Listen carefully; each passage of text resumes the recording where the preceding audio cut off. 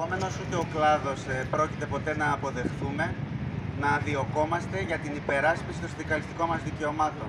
Από τη μία πλευρά να δεχόμαστε επιθέσεις σε συνδικαλιστικές διαδικασίες, δημόσιες και μαζικότατες γενικές συνελεύσεις με πάνω από 150 άτομα, να τις υπερασπιζόμαστε χωρίς να ασκούμε βία, με τελείως ψύχρεμη αντιμετώπιση, ακριβώς επειδή είμαστε η συντηρητική πλειοψηφία των συμμετεχόντων στη συνέλευση και των αγωνιζόμενων για τα δικαιώματά μας στον κλάδο, και από την άλλη αυτοί που μας εκτίθεται να μην έχουν καμία διοικητική και πειθαρχική συνέπεια και να βρισκόμαστε και υπόλογοι.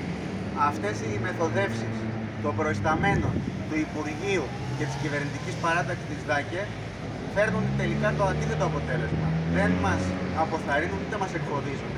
Αντίθετα μας εξοργίζουν και υποψιάζουν όλους τους συναδέλφους για το πού αποσκοπούν και το πόσο κακές προθέσεις έχουν απέναντι στον κλάδο και στην ίδια τη δημοκρατία, το Υπουργείο και οι πολιτικοί υπεύθυνοι για αυτές τις μεθοδεύσεις. Θα συνεχιστούν προφανώς και οι κινητοποιήσεις, συνεχίζονται και τα ψηφίσματα που παίρνονται για όλες τις υποθέσεις συνδικαλιστικών διώξεων και στο δικό μας κλάδο και γενικότερα. Θα φτάσουμε όλοι και ο κλάδος μέχρι τέλους. Δεν πρόκειται κανένας που είναι αθώος να διώκεται για χρήση αυτονόητων δικαιωμάτων όπως το δικαίωμα στη συνέλευση, στη συζήτηση και στις αποφάσεις.